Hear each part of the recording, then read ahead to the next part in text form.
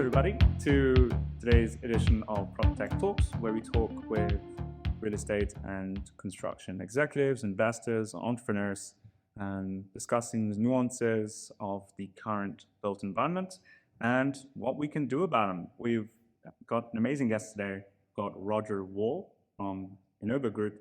Roger, would you like to give us a quick intro? Sure, Matt. Thank you so much for also visiting us here in the UAE to come and chat with us and seeing all the opportunities that exist here. Yes, I'm Roger Wahl, Chief Technology Officer at Innovo Group. We're a global real estate lifecycle company doing development, build, and different innovation-led technologies across the lifecycle. And it's a pleasure to have you here. Yes, so a little bit about my career. Born and raised in the Midwest United States. Joined the Air Force, spent 20 years in the Air Force in the technology area, and then took a stint through General Electric, and then onto the construction and real estate lifecycle as Chief Technology and Chief Digital Officer for multiple companies in this amazing industry. Very cool. So before we jump into looking at the industry, looking at how it is today and how things are changing, I think your career is also very unique and something I think would be worth looking into. Very simply, how has your approach to digital transformation technology changed between three very different industries, as in military, manufacturing, and then construction? Yeah, it's really, really interesting because sometimes you need to get depth in one industry or another. So moving from manufacturing, first, I would say from government sector, it's really about service before anything else. So when you look at the sort of transformation you want to do there, it's quite different than in the private sector. And then moving on to manufacturing and then construction and real estate, they're very similar as far as the products, as far as the industries.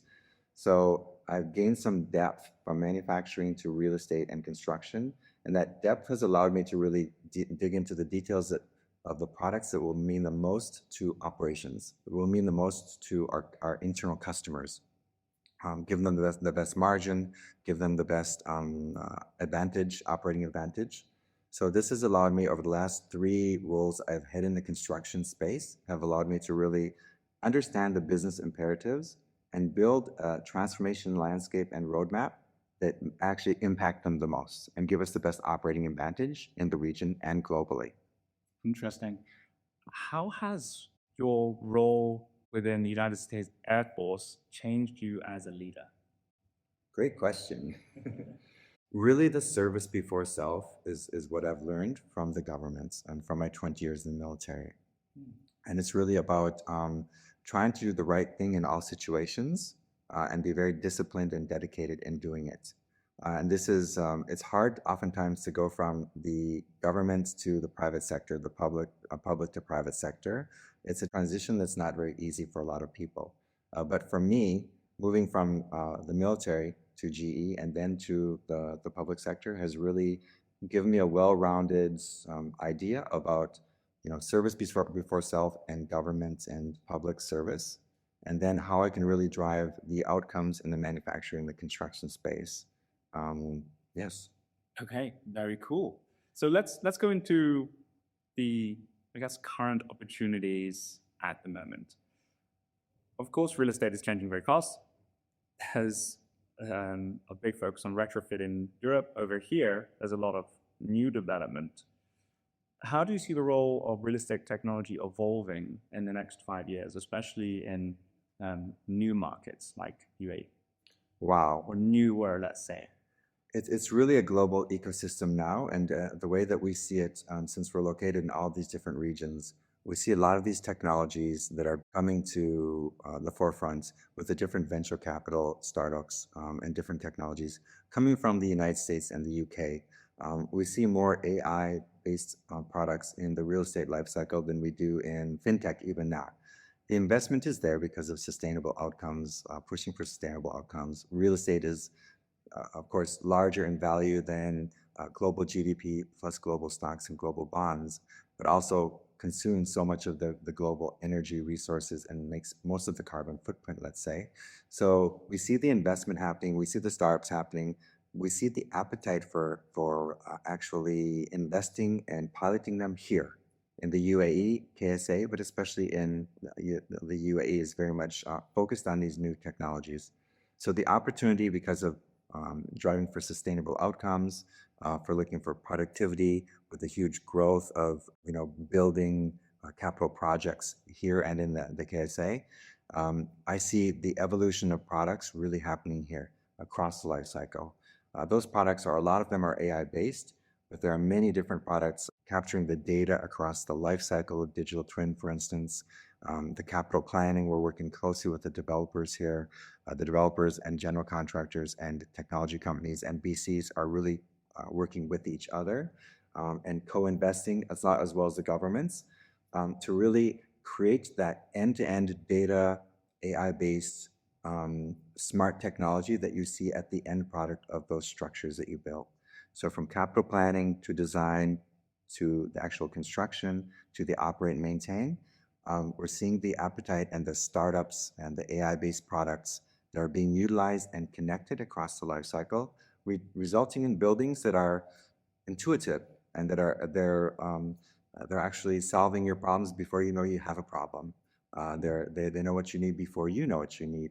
So that data that's created from a macro down to micro level across the life cycle is really, really evolving here. And within these companies, and with AI becoming integral to the built environment, what new roles do you foresee emerging in the industry, and how do you see businesses internally changing? It's really technology is becoming part of the culture. So you can't just implement a few AI products and think that you're you're really going to be in the forefront of having a competitive advantage. You have to change the culture from within in your company now because AI is here to stay. With GPU allowing more ingestion of data, AI models are getting much smarter. They're across all different functions, not just one or two functions. They're turning unstructured data into structured data. So you really have to start at the beginning and inside of your company and make it a cultural shift. This is the biggest mindset. Data literacy and technology understanding from within the company and creating that culture of your roles are not going to be at finance, HR, technology. They're going to be an augmented, something between AI and finance, something between technology and HR. So technology is part of, and AI especially is part of everything that we do now. And it's going to even be more so in the future with quantum computing taking it to the next level. I'm really looking forward to how that's going to affect AI and the ability for it to move faster forward within our region and industry. But yeah, the company culture has to shift. So you can really, from internally, your roles are going to be technology plus the regular function that you would have been in before. And again, the technology will not take over, AI will not take over. There has to be a human in the loop. I see the roles shifting where everybody thinks of technology at the same time as they think about their other function that they're doing. Mm-hmm. So how do you actually approach change management when introducing AI-driven processes into traditionally manual processes? Yeah, so as part of our digital transformation, we're moving to several different automated products that are connected across the business. And the technology function is just, let's say, an enabler. We're a conductor, as you would, or we're kind of facilitating the move. Really, the data and the processes belong to the business stakeholders. So that change management comes with them on the journey with you. So they'll make the decisions. You'll bring the products. You'll facilitate through your program management office how those processes are looked at, blueprinted, improved, and then executed into systems with AI products or other SaaS products that we have. But really, the only way that change is going to work and that the culture becomes more of an AI and technology-centric culture is if all of your business stakeholders are on the journey with you and they're leading the charge with you supporting them. That's a much better answer than the answer I thought you were going to give when I was on my way here.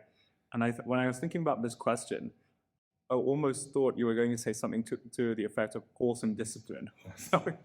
But this is much better and it's much more empowering. And is that really how your mindset is when you think about the teams within the business and enabling them? Is that really how you see technology? Yeah, 20 years in the Air Force, you'd think I'd say, discipline, listen to me, this is the way we need to do it. but it never works. Okay. Yeah, so I've seen over the last 30 plus years that if you try to implement and enforce a technology on different groups, different functions, without them buying in and being on the journey with you, it will never work. Technology is maybe 10% of the challenge, 90% is change management or change management.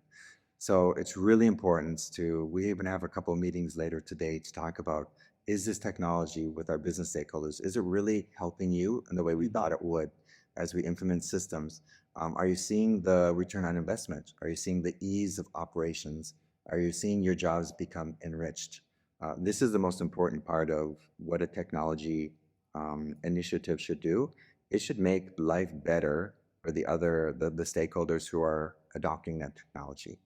Let's look into that. We talked for the camera was rolling a little bit about your collaboration with Noah and some of your venture partners.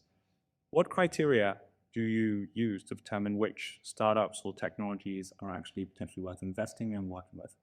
We started with investing in a couple of VCs, Brick and Mortar and Noah, two amazing companies.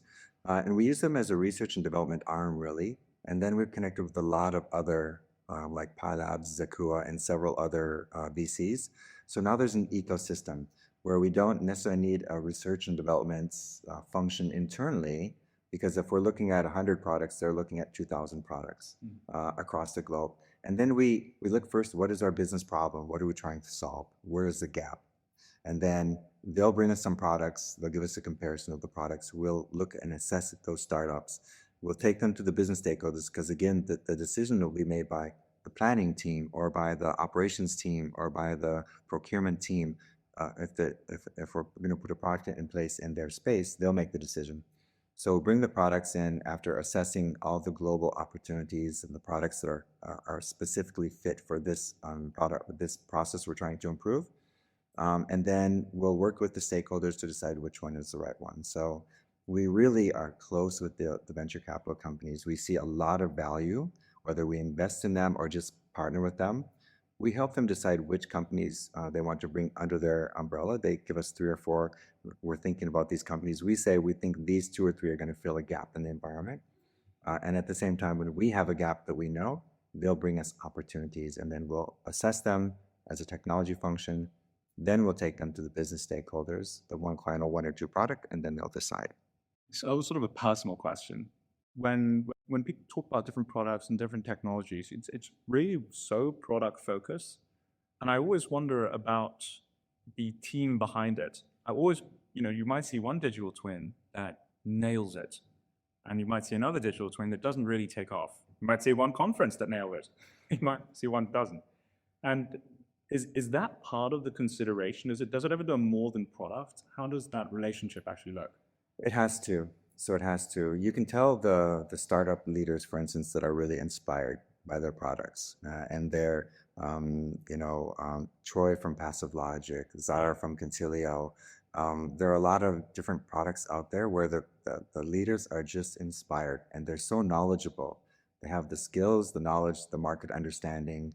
So AI is AI, right? So when we do a digital twin, a scan with LiDAR, there are a lot of products that can take those points and compare them to your BIM, compare them to your schedule, your Primavera schedule.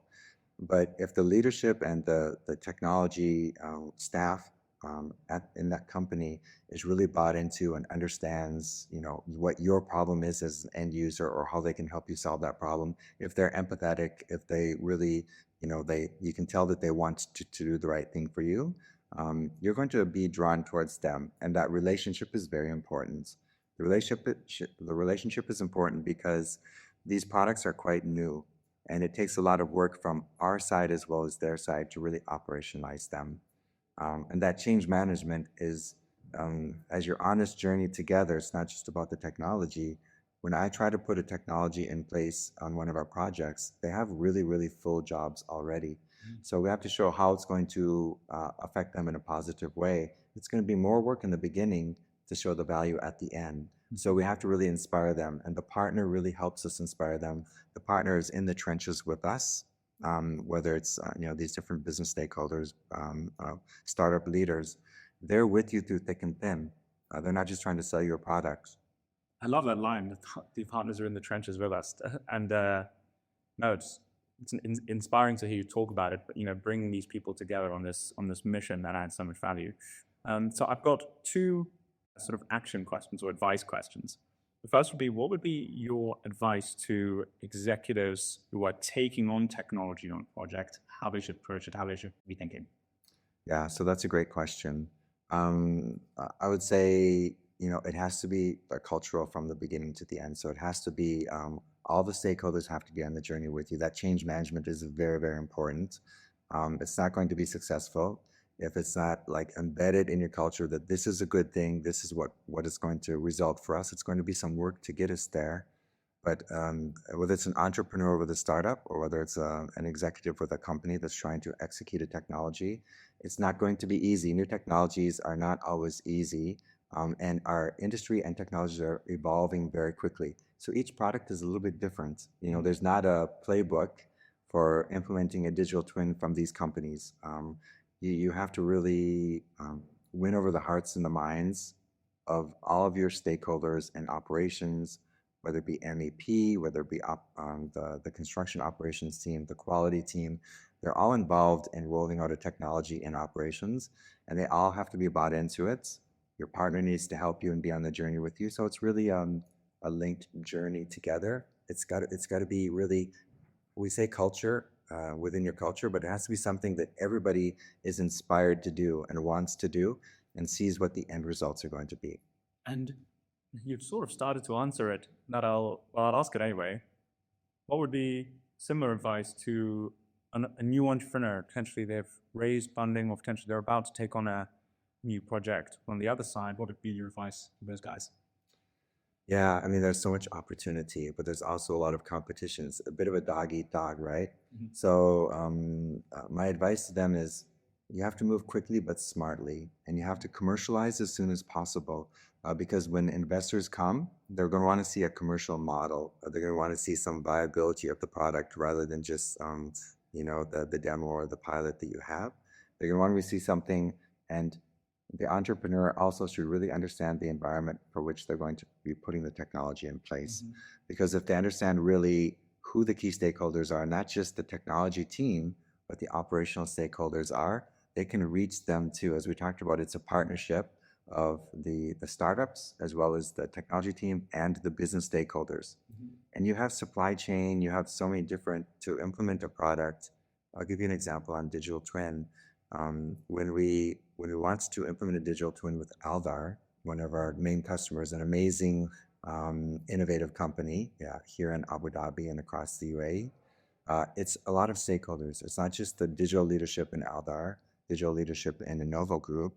It's also the technology provider. It's also operations. It's consultants who are there from a construction consultant perspective and a development consultant perspective. And the consultants are going to be saying, this is going to take one or two of my jobs because you're going to become more efficient, right? So it's hard to get everybody on the same page. So as an entrepreneur, you're going to struggle a little bit to kind of check all of your stakeholders and make sure they're all in sync and in harmony. And it's interesting because you do get a lot of great entrepreneurs who think about the product, but I'm thinking even some of the names you mentioned, Passive Logic, mentioned Contillo. And I think about those companies, they're obsessed about the product, but they're also obsessed about the problem they're solving, and they are empathetic. They do think about, how does this really fit? And so it's interesting how that ties together, and that's really rare. And the VCs help too. So the VCs help give them that commercial framework, let's say, or that customer framework. Because a lot of times they are like these mad scientists who are focused on, with a brand new technology, and they're focused on how that technology is going to impact the environment, but they may not think about the commercial model as much. They may not have that expertise. They've got product expertise, and they've got innovation and AI and other expertise. But I think VCs and operationalizing it with companies like Innovo Group, that really helps round out the picture for them. And then the first few pilots are going to be a little bit rough. So they should be also patient enough to understand that it's going to take some time to evolve that product to make it very operational. And that's what's going to make it commercially viable. So it's not going to it could be the greatest thing since sliced bread, as we used to say in the US, the greatest idea. But until you have the whole commercial, operational, all these things together and you're piloted and shown it, you can't really go prime time with it, let's say. Amazing. Roger, it's been fantastic talking about tech adoption, culture, the ecosystem. Wish we had more time. I just want to say thank you for taking the time to do a podcast with me and for inviting me to your incredible office here in Dubai. Oh, it's so nice for you to visit us here, Matt. It's the right time of the year to come here when it's still not 45 degrees and the melt outside. But I'm really looking forward to PropTech Connect in September. It'll be my third time coming to this event. And this is not solicited, but what I'll say is these events are so important from a networking, from a collaboration perspective, because collaboration, data, and technology are the three things that are changing the game for us. And that collaboration at an event like PropTech Connect it's impossible to get that level of collaboration on the same page unless you go to an event like this. Amazing. Roger, thank you so much. Thanks for your time.